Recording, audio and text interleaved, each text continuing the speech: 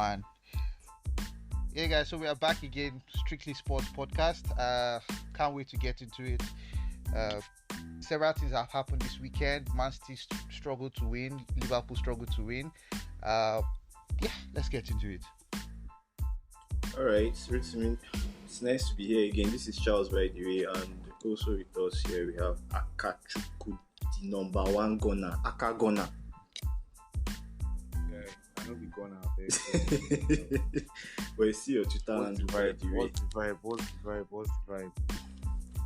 There's no vibe here. We are just looking at the Premier League table now. We see that you guys are 1 point behind Man City.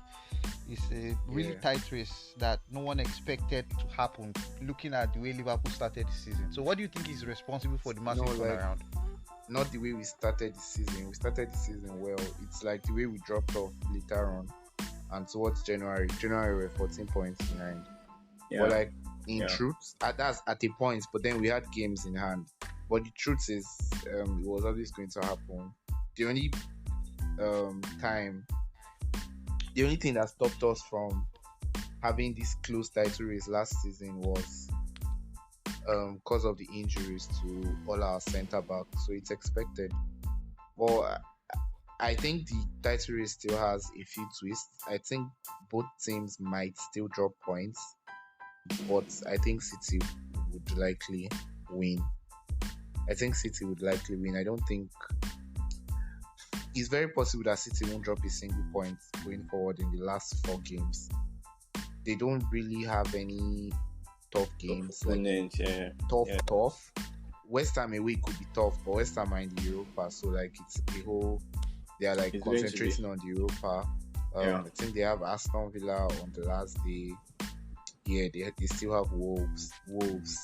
So I really don't see Man City dropping points. Liverpool, Spurs at Anfield is a game I would expect us to win. So I don't know. It will be a really close race to go down to the last day, definitely. Okay. I personally believe that there's a great possibility Man City are going to drop points between the Wolves game and the West Ham game, simply because Wolves have to pick up some points really soon to even stand a chance of going to Europe. And West Ham are also trying to knock on the door of going to the Europa League. They definitely do not want to go to the Conference League just because of the monetary implications. Yeah, I agree. But the thing is, Man City, in terms of quality, they are way better than these teams. So, if you look at these games like, Man City has 4 tough games, it might seem like they will drop points. But if you look at them in isolation, like Man City is playing against Wolves, okay, they face this game, they are most likely going to win. They come the next game, like that. So, I don't really see where they will drop points, to be honest. And as much as I want them to, I don't really see where they will drop points. Yeah, I think the main thing that will work for them is their depth. They have almost players that can play in every position, and they have all these guys fit. So I don't really see them breaking any sweats. They are going to win those matches. So what you listed as their major strength is what I can also see as a weakness. The strength in depth and the temptation to rotate. So it all depends on how difficult the second leg of their Champions League semi-final is. If it takes a toll on them, Pep might be tempted to rotate more than he should have, and that might cause some lack of cohesion. And it's the Premier League, anything can happen. Yeah, sure, anything can happen, but still, just imagine you're benching a player with the quality of Sterling. Like, which other team has that luxury? So for me, I just believe that they would have enough in their tank to just see them through the line. And for Liverpool, I think they're just unlucky. If they could manage if they were on the same points, then probably Liverpool would go through because they have a better goal difference. But as it stands, it's just I don't see anything drastic happening with the title. The title goes to Man City, in my opinion. I think where things will really be spicy. You have to look at the top four and the relegation battle. So, Rotimi, Yes. do you think your Yeah. former guys, Arsenal, Akachuku, you feel Arsenal will make it to the top four? I don't know. I don't feel anything. Any of those teams can qualify. Spurs can easily qualify. Arsenal can easily qualify. Arsenal has Spurs, I think. Spurs have Arsenal, and then they have Liverpool. So I think that's where the advantage lies For for Arsenal, Arsenal. yeah. Yeah. And this West Ham game was a big game, and the fact that they were able to navigate it. So I think it's a big positive. If you see how they celebrated and reacted, I think it's a big positive that they were able to beat West Ham. So Arsenal have 2 points ahead right now, yeah, and then Yeah. they have easier games because I don't see Spurs Because of getting anything out Liverpool. of Liverpool game. Yeah, exactly. So I would say Yeah. Arsenal are in driving seat. But at the same time, if Spurs get a draw against Liverpool and then beat Arsenal at home, yeah, so it could still go either way. It's really interesting. I think this is the first time in a while where the Premier League season went into the final day, went to the final few games with everything still to play for in terms of Relegation, top the four. winner of the league, Champions League, Europa Conference League, relegation. Yeah. Yeah, I think this has been the first season in a while where we've had every Everything still to those play for. important Yeah. positions, yeah, still to play for. Everything still to play for. Yeah. So it's going to be interesting. What do you guys think about the Everton Chelsea game today? That win brought Burnley and Leeds right back into the relegation fight. What do you guys think about the game? Oh, I didn't watch it, but the thing is that win, like the impact of that win, it's just so massive because now they have a game in hand on Burnley and Leeds. So it's just a matter of finding a way to bring out results in these final few games that they have. And they have Watford. Watford they've been really horrendous, but Everton too have. So they have Watford that probably if they manage to get the result there, also at Brentford, right? They have Brentford too. So I think those are the two games that for me would just make or break their season. If they can get points from those games, then they'll be fine. Leeds, I think Bielsa Ball never made it, and this guy, what was his name, Jesse Marsh, right? Even though he's doing a good job, right? It's still going to be like the mess that he was left in when he took over, and I think they had 6 consecutive losses at one point this year. So all of that has just culminated in them being where they are, and well, they also have Arsenal and Chelsea in their final few games, so they have a tougher running than Everton from the way I look at it. It just adds spice to the Premier League. You know? This is what we all want from the Premier League. We want these final eight battles. We want this. You know, it just gives us this adrenaline rush. You know, so it's all good. Then as for Burnley, they have Spurs, but besides Spurs, I think every other match they can squeeze out results from there. They have Newcastle, they have Aston Villa, and they actually have Aston Villa twice. I see they had their postponed game and they will be playing in this they are running. So they have 2 matches against Aston Villa and they have Newcastle. So I think those are the games that will help Burnley if they have to make it out. Out of these 3 teams, I feel Leeds will be the ones to go down. If I don't know. Yeah, I think so too. Yeah, their own is just too tough. I think so too. And the other things have a bit of momentum. You have to realize that Everton were in a very precarious position. Yeah, very, but they yeah, managed to get wins against Manchester United and Chelsea. So those 6 points have helped a whole lot.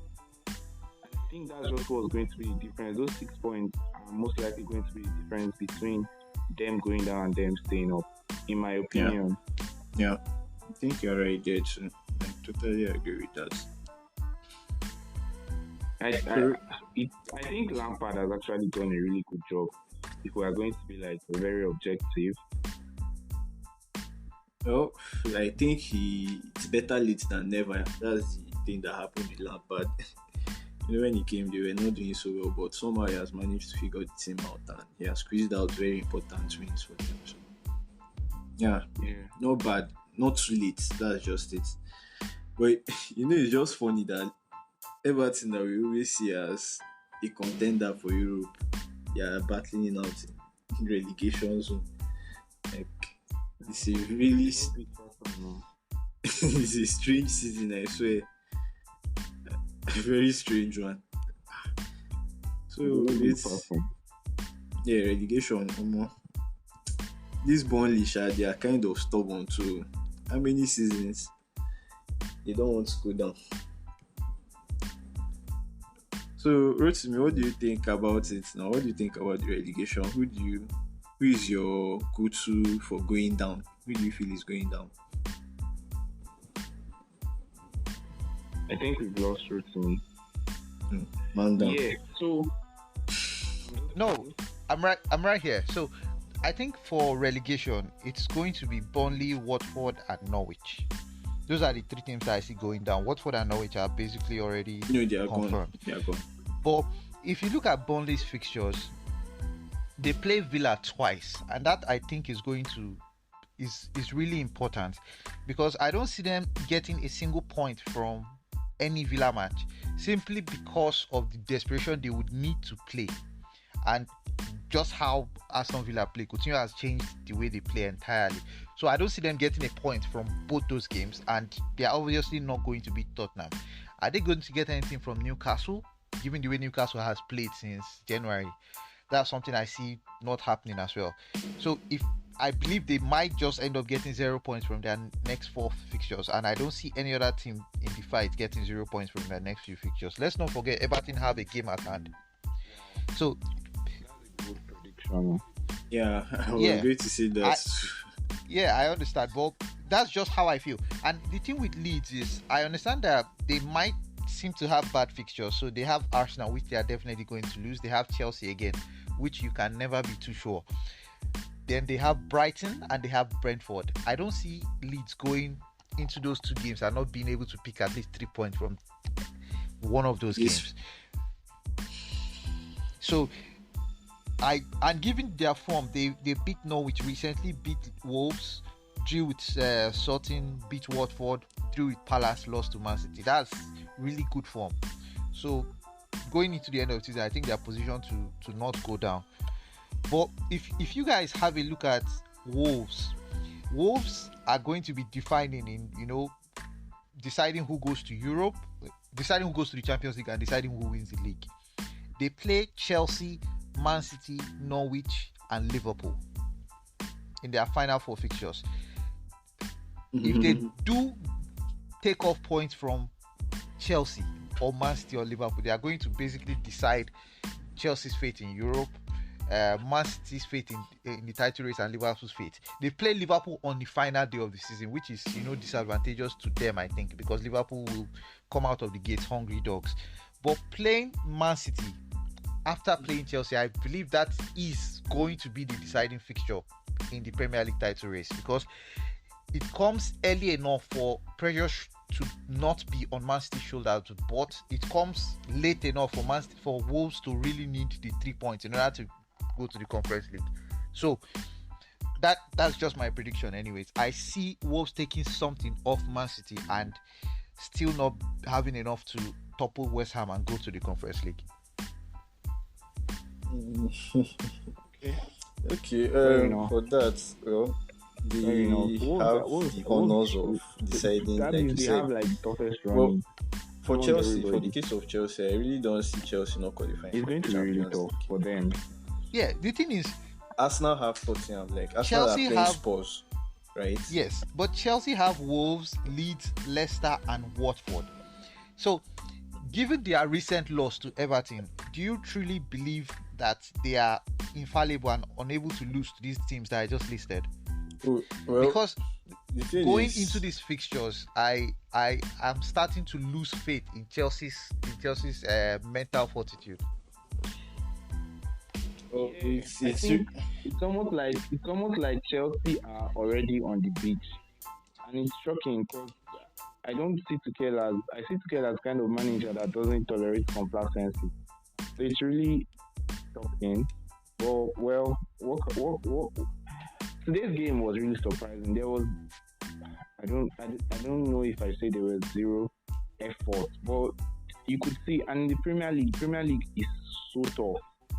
In the Premier League, you cannot just turn up and go through the motions. You will get punished for sure. yeah, yeah. You cannot, even against the worst team in the league. If you turn up against Norwich and you're like, oh, let's just go through the motions, let's just They will play shock you. football. They will shock You you. you get shocked. Like 99% of the time you ever try to do that, you will get shocked. So you have to match teams for intensity, even if you have better quality. You have to match teams for intensity. That's the thing with Liverpool yesterday. Against what's this guy's name? Against Newcastle. Like Yeah. sometimes the game got really scruffy. But you could see that Liverpool, our players were willing to get down. That's why Milner started. That's why Klopp started Milner, started Henderson. Because things will get tough. Like there will be battles in the midfield. It's not like it's going to be a free flowing game or something. You have to battle it out. That's what Chelsea lacked today, and they even lacked quality. To be honest, they lacked any form of goal threat. Cutting edge in that. I don't know what has final gone third. wrong with Chelsea. I really do not know what has gone wrong with Chelsea. But you can't, when you're watching them, you can't really see where the goals are expected to come from. You just can't see it. That's the biggest problem. And then their defense, which is usually so solid, now making rookie mistakes. Like Aspilicueta, who's supposed to be maybe the most reliable defender you can think about, making rookie mistakes that gave Everton the goal. So everything is just, I don't know. Chelsea have to be careful. They really, really have to be careful to make sure they don't drop out of In the top four. I would love them to personally. I'd love Spurs and Arsenal to overtake them. That would be for me. You want to drink by my- tears. By my calculations, So we can have I a really believe nice Chelsea podcast with John. Sorry, what did you say? yeah. I said, so we can have a really nice podcast with John after they are dumped out. Yeah, but by my calculations, I believe Chelsea would need to take a minimum of 5 points from their remaining 12 to qualify for the Champions League at fourth position, which I believe they should be able to get. Realistically, looking at their future, they should be able to get at least 5 points. But if they do end up playing like this against Wolves, Leicester, and Watford, it might just, we might just be laughing at the Blues. So the thing is, the match that they had against Manchester United, right? They wasted lots of chances. They didn't have that finishing touch. See, Kai Havertz, he was playing as if he's an amateur, but well, I don't know. We shouldn't really expect much from him after Akachuku came with his stats. So I think the main thing that would help them now is if they can find a way to bring Lukaku, right? Because they really need that. I think that bridge has sailed. I think that ship has sailed because the handling of Lukaku was atrocious from the start. Given the way Lukaku was treated at Manchester United and how that turned out, I would have thought Tuchel would have learned something from that encounter. Lukaku is a kind of maybe Pogba type of player where once he checks out mentally, he's out. There's not much you can do to pull Lukaku back into the fold now. I think he's done. I think Lukaku is done at Chelsea. It's not just about his performance, it's about his body language and his desire. If you watch him at Inter Milan, his desire was I would Top, say more than like ten it was, percent. yeah, it was It top. was so much. You could see that Lukaku wanted to prove the doubters wrong. He wanted to score these goals. And when he first arrived, his first match, I think, was against Arsenal. Arsenal, Yeah, yeah, you could see it it there. was You could it see was how beautiful. You he could. killed He was like a Mari. raging bull. Yeah, Yeah, I but remember. ever since I think he got dropped for a game, then he did that interview. He I was don't know what injured. went He through was his injured mind. around that period. Yeah. I don't know what went through his mind to do the interview. It was stupid, incredibly stupid. But at the same time, sometimes you have to know when to, lay down the law, and sometimes you have to know when to cuddle a player. At that point, I don't think Lukaku should have been sent on exile. It wouldn't have ended well for anybody. Chelsea did not have an alternative striker. Who would you? Okay, okay. So If what may I think about the whole situation is if they didn't exile him, right? Then what stops the other players from having similar experience? You know, like just yes, imagine if Jorginho who comes out and he says Napoli is his home, or what's his name? Mendy says which club did he even come from? Is his home? You know, like all those things destabilize the other players. yes, yes. You have to look out that for is that. that is your job as a manager. Unless Tuchel's, if I'm not wrong, I think his job title is manager, not head coach. That is his job as manager. His job is to manage these big personalities. He made the wrong decision when it came to Lukaku. I think there have been times where big players. There was a certain time Alex Ferguson called the great Wayne Rooney a cow for wanting to go to Chelsea. He said something about the cow and thinking the grass is greener on the other side. Back when Wayne Rooney was, I remember. It was hot. yes. But So sometimes you have to know when to call out a player in the media. Sometimes you have to know when to call it. That has been one of my biggest pains with Mikel Arteta. His treatment, his man management is very poor. It's one of my pains with Pep Guardiola as well. Management being very poor. Sometimes you don't have the luxury of going out into the market and buying whatever you want. Now we don't know how the next manager, the next owner of Chelsea is going to be. Is he going to be someone that is going to drop the money and say, okay, replace him or whatever? Or is he someone that is going to say, okay, you fucked this up, screw it, fix it? Excuse my language. So it depends on what kind of owners you have. If imagine this stuff happened at Tottenham, for instance, do you actually believe that the Tottenham coach will be giving money to replace Lukaku? no, it happened. It happened at Tottenham. Now it's not imagining something with Harry Kane. Remember when he was all dropping his transfer list that he wanted to go to Man City and all? Yeah, and Tottenham weren't having it. Yeah, They weren't having it, but they didn't exile him.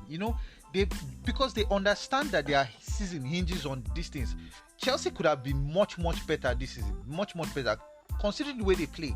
They play really well. I think their style of play, the chances they create, the way they play has, they aren't this far off Liverpool and Man City, but just because they weren't able to have that spearhead in front in Lukaku, it's destroyed their entire season. So I blame Tuchel wholly for this. It's Lukaku. I know Lukaku screwed up by that interview, but it's Tuchel's fault and it's the club's fault for handling this so poorly.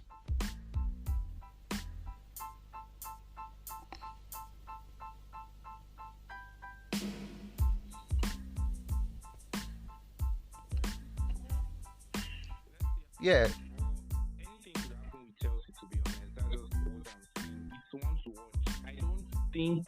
I don't necessarily think they would fall away from Champions League places. They've gotten enough points. They've put themselves in a comfortable enough position where even though they are misbehaving now, they have some sort of cushion. So, but anything can happen. It's the Premier League, and they have to sit up. They really, really, really have to sit up.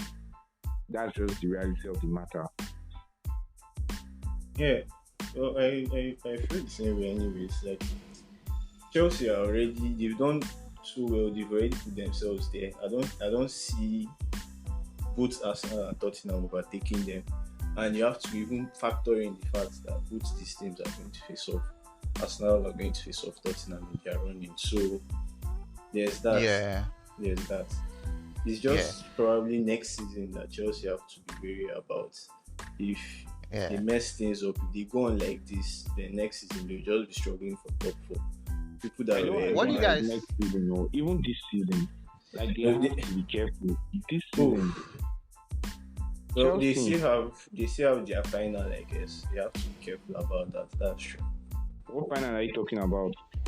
The FA FA Cup. Cup, the FA Cup final. What happened to the final? Like that's the thing. They've lost the plot. You can't just turn stuff off and turn it on when you want.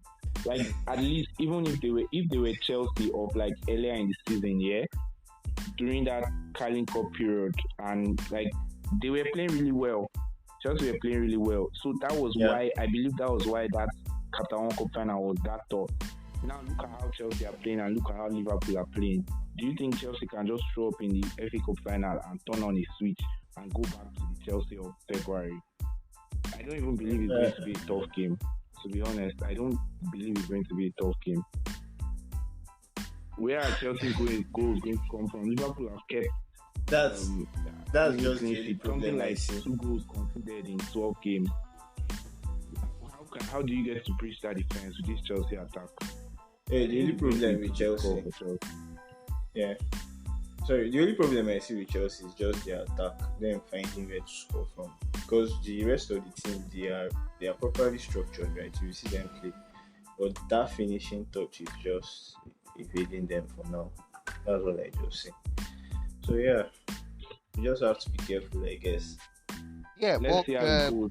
Yeah, we will before definitely. before we wrap up the episode, Yeah. who do you guys think has been the best player in the league this season? I would Most before you guys go on ahead. Okay, yes, I think you It's you Salah already now. said it. He won. I Salah. heard I think they've already given him the football writers player of the season, right? Yeah, Yeah, won yeah, it. they deserve it. It's deserved. Who This- do you guys think is the transfer of the season?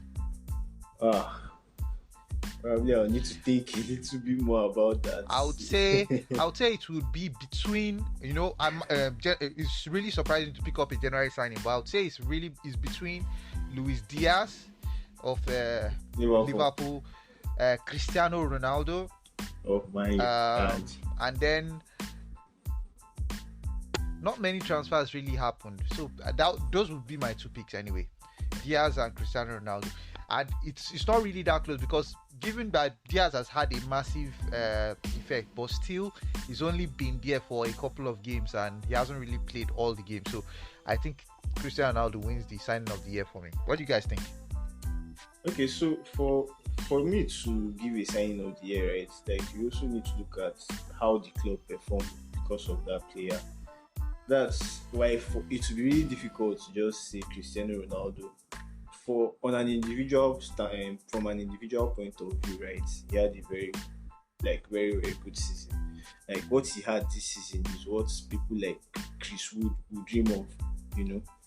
But looking at what was expected when he got to Manchester United, did Manchester United really win from that transfer? It's really hard to say. The whole team has been crappy. Like they've really been crappy, and Cristiano Ronaldo has been their shining light, sure. But I won't say it's a win-win. It's not a win-win. It's a win 50%. You know, that's the way I but say it. if you look at his effect, sometimes you have to look at a season in a bubble and not look at what happened previously. If you look at the season as a whole, he scored 23 goals, right, in Sure. all competitions, right, Sure. and 22 of that were either equalizers or Winners, game winners. game winners. Yeah. So I think that start alone, I don't even need to go further in depth into his start. That start alone shows how important he has been to Manchester United. And I guess so. we don't like to use the word "if" in sports, but can you imagine what it would have been like without Cristiano in the team, without those goals, without that effort, without Cristiano as being Cristiano? Do you think he would have even been able to bear to watch Manchester United? Okay, so if Mason Greenwood was available, they could have survived a bit, but maybe they wouldn't have made it out of their Champions League because that was really dicey.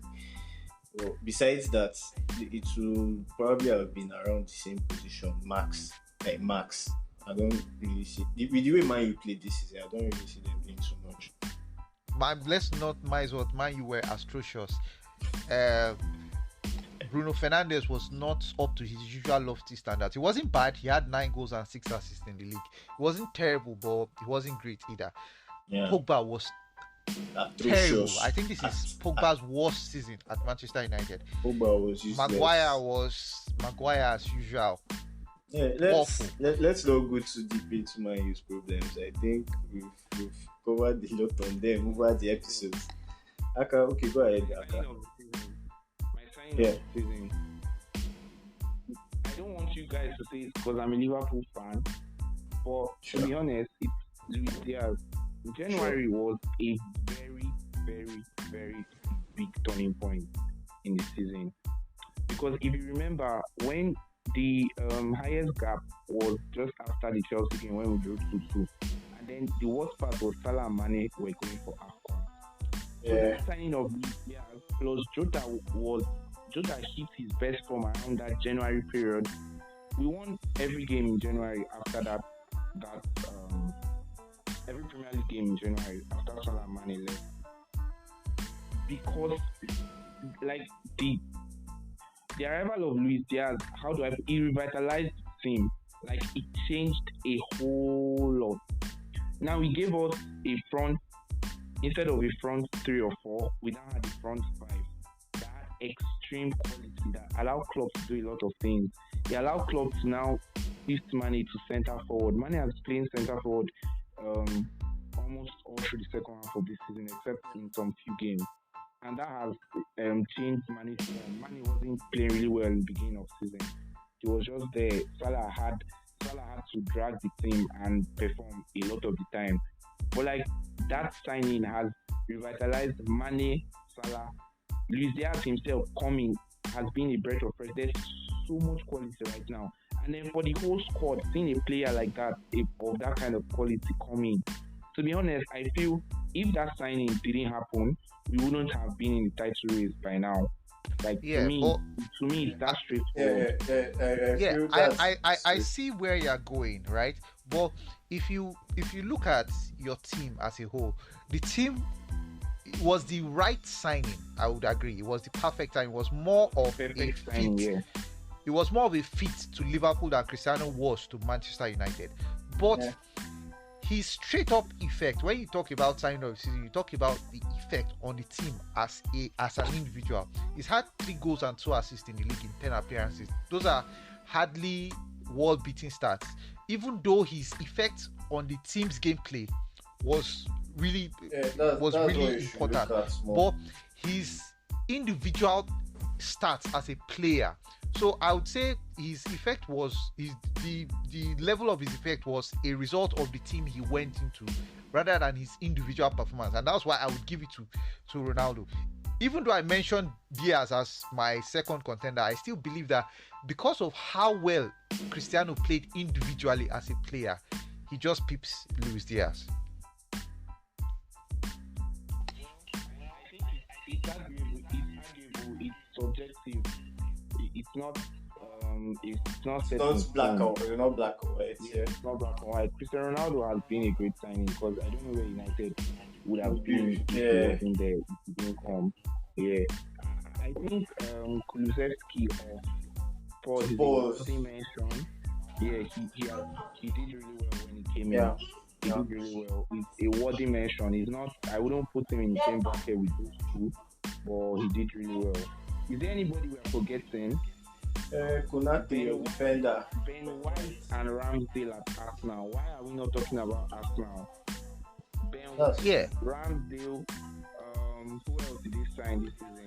Tavares. I think maybe not I in think that category. No, Tavares has been trash. yeah, Tomiyasu has been the solid, main but reason I think I Ramsdale and Ben White are the two that we yeah, have to call from Arsenal. Yeah. yeah. So I think the main reason we are not talking about Ben White is because he's not the best centre back at his club. So while he has been really impressive, Gabriel has been more Yeah. impressive than Ben White. So it kind of dims his performance. Even though his performance has been impressive, it dims it. Ramsdale is a worthy mention. Martin Odegaard is also another worthy mention. I think he was on loan last season, but this was the season he came as a transfer. So and he has been, in fact, I think he's in the running to be their captain. That's how much Yeah, of a I was positive influence surprised. he has been on I the was team. surprised when I saw him captain Arsenal. Yeah, Yeah, it's, I so was. Martin Odegaard and Ramsdale. But what you would look at is their individual stats do not really hold them up to high standards, especially Martin Odegaard. Stop talking about individual stats. You can't use No, individual stats to judge every player. I I understand, expect but Odegaard to have goals and assists as much as Ronaldo or who. no, that's not what I ask of him. But you still have to take it into account. You don't just look at He has been okay, at the his top team. level. He has been at the top level. Without Yes. him, Arsenal would not be in contention for this Champions League. Champions Yes, but you know, when you look at individual awards, right, you have to be careful not to allow the team's success to, you know, to overrate a certain player. I'm not saying he's being overrated, right? Okay. But because of the team he's in, right, and how well the team has played as a whole. Like, let's take Tomiyasu for example. Tomiyasu is not a world-class player, but because of the fact that he was exactly what they needed a right back that could defend and that could supplement the fact that their left back were very attacking in Going forward, yeah. Tierney and the other guy. So sometimes you have to take into account that the team might have been the reason why these players were successful. Sorry. Martin Odegaard was really successful. That was one reason why I mentioned it. But at the same time, you need to have in order to raise yourself above your peers. You need to some of these individual stats need to be there. He plays in the hole behind the striker, and you'd expect that he would have. I'm not expecting him to have 15, 16 assists, but I'm expecting him to at least be in the double figures when it comes to goals and assists. I'm expecting him to. You see, so especially with that assist statistic, right? You know that people create chances, and you have strikers that can be wasteful. And you know that at the start of this season, Aubameyang was not like he wasn't getting into all those awesome positions that we used to know him for, you know. So it's kind of unfair to just judge him based on assists when you look at the strikers he had with him, right? So I think for me, he has done really well. I think he averaged about 2 key passes per game. Like, what else do you want? Yeah. You know? So if you look at that stat, right? Yeah. Let's take Manchester United for example. Manchester United have Marcus Rashford, Edison Cavani, Elanga, not really premier players, but Bruno was still able to, you know, rack up good numbers, 9 goals and 6 assists. They are not exactly massively impressive, but in a poor season, those are still Bruno's numbers. So I'm not expecting Martin Odegaard to have extremely good numbers, but at least he's supposed to, in order to be able to come out as signing of the season, he's supposed to have better numbers than he currently has. That's all I'm saying anyways. I'm not saying it wasn't impressive, but Fair his numbers are not fair point. up there. I think we should wrap up. We spent a couple of minutes. We covered a lot. Before we wrap up, I think we should just say congratulations to Madrid fans. For another La Liga wrapped up. That was a granite chicken change for them. You know, I saw this really weird fact that Carlo Ancelotti has won the league in all top 5 leagues. So he's won the league in Bundesliga at Bayern Munich. He's won the La Liga at Madrid. He's won the French League at PSG. He's won the Premier League at Chelsea. That was Chelsea. Yeah. That Then was it's really mind blowing. Italian league, I think it was AC Milan, right? That's really mind blowing. Yeah. So it's big ups to him. There was a time where I didn't really rate Ancelotti. I think I was wrong then, but that was a long time ago, anyways. Yeah. You know, routine now. You don't trust Ancelotti. Can you imagine? But That was a you've lot. seen the light. Yeah, you've seen the light. I always rated him from his AC Milan days, bro. I always rated him. Guys. Yeah. Yeah. But it's really impressive, given the fact that he isn't exactly dealing with world-class players in every position. While they might have a good squad, he still developed a lot of players. And you know, it was a huge change given when he came in and things he did. So I think he's really pivotal. And Luka Modric was also really, really pivotal because there were some games this season where they wouldn't have won if not for his individual Yeah, brilliance. So yeah, yeah. I totally agree with you. And the rest of the teams in Spanish league were trash, anyways. Let's not forget about that. But yeah, I yes. agree with you. You did Also, well. what do you guys think happened to Marco Asensio? I No, he's don't really get all of a sudden, like he was supposed to be, the next big thing, and It wasn't supposed to be the next big thing. he just fell off. We're just unrealistic with our expectations. Marco But you Asensio know, was never supposed to be Ronaldo or Bale or Hazard or that kind of player. He was never supposed to be that. He's just a player that was kind of effective, but you could always see the problem that at the little things he wasn't good enough at them. it was He did spectacular. incredible things. Yeah, he was this spectacular guy that would shoot from outside or would make a great run, a dribble. But like He the was simple things, he didn't have like good end products from simple things. He didn't do simple things well enough. But he's young. He still has like time to he's improve. 26. Relative. He's young. Relative. He's what? Yeah, 26. Yeah, that's why I added He said relative. relative, yeah. But even at that, Yeah. he scored 10 goals this season. So I think he did He's well. a good enough squad player for Real Madrid. Yeah, He's a good enough squad player. Yeah, but I don't expect him to be a starter at any point. Yeah, I think it's about time we wrap up. We've gone way over our time. Alright. Our editor would be very We'll be on our unhappy. next. Alright. Okay. Yeah, it It's was nice nice having chatting with this. you guys. Yeah, It this was really podcast with nice. you guys. Really, really nice. Apologize for the audio quality. See you guys next week. Yeah, see you all. Peace out. Cheers. Yeah, we're out.